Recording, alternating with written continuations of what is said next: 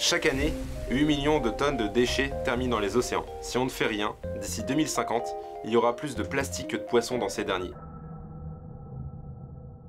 On ne peut pas rester indifférent face à cette crise environnementale, face à cette pollution de masse. C'est pour ça qu'on a décidé de faire un robot qui ramasse les déchets dans les ports. Alors après on peut demander pourquoi les ports et pas l'océan, parce que les ports sont de véritables clusters à déchets, c'est-à-dire que les déchets y rentrent mais n'y sortent pas, ils s'y accumulent et dégradent la qualité de l'eau et la faune et la flore locale. C'est un problème pour tout le monde, aussi bien pour les villes, pour les plaisanciers, pour les touristes, pour cette faune et cette flore justement. C'est pour ça qu'il est capital de vite ramasser les déchets dans nos ports. Le projet Green Turtle est un projet de robot tortue ramasseur de déchets de l'Estaca. Et nous, on est une bande d'étudiants de cette école qui avons décidé de participer à la protection de l'environnement en développant une solution technique bio-inspirée, c'est-à-dire une solution qui s'inspire de la nature, des animaux ou des plantes.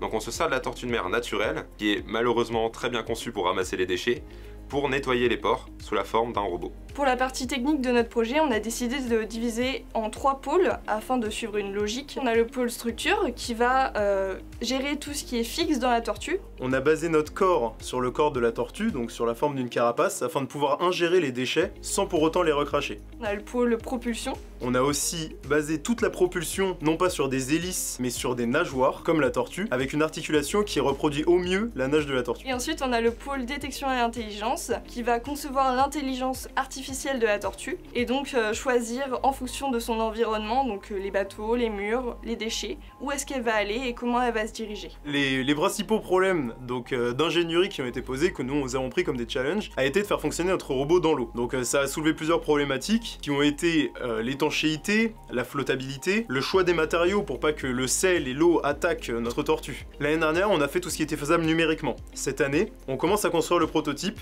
On va donc avoir besoin d'aide matérielle, financière ou intellectuelle pour nous aider dans la recherche. L'objectif c'est que notre robot soit réparti dans tous les ports en France, en Europe, dans le monde, afin d'atteindre notre objectif final qui est de dépolluer les océans. Grâce au rayonnement médiatique du projet, on a été contacté par des ports donc sur la Manche et en Atlantique pour tester notre robot, ainsi que par des ONG en Norvège et à Hong Kong qui voulaient nous acheter des robots. L'équipe était déjà extrêmement motivée avant ce prix, mais celui-ci va nous apporter une reconnaissance qui va nous permettre de concrétiser Green Turtle.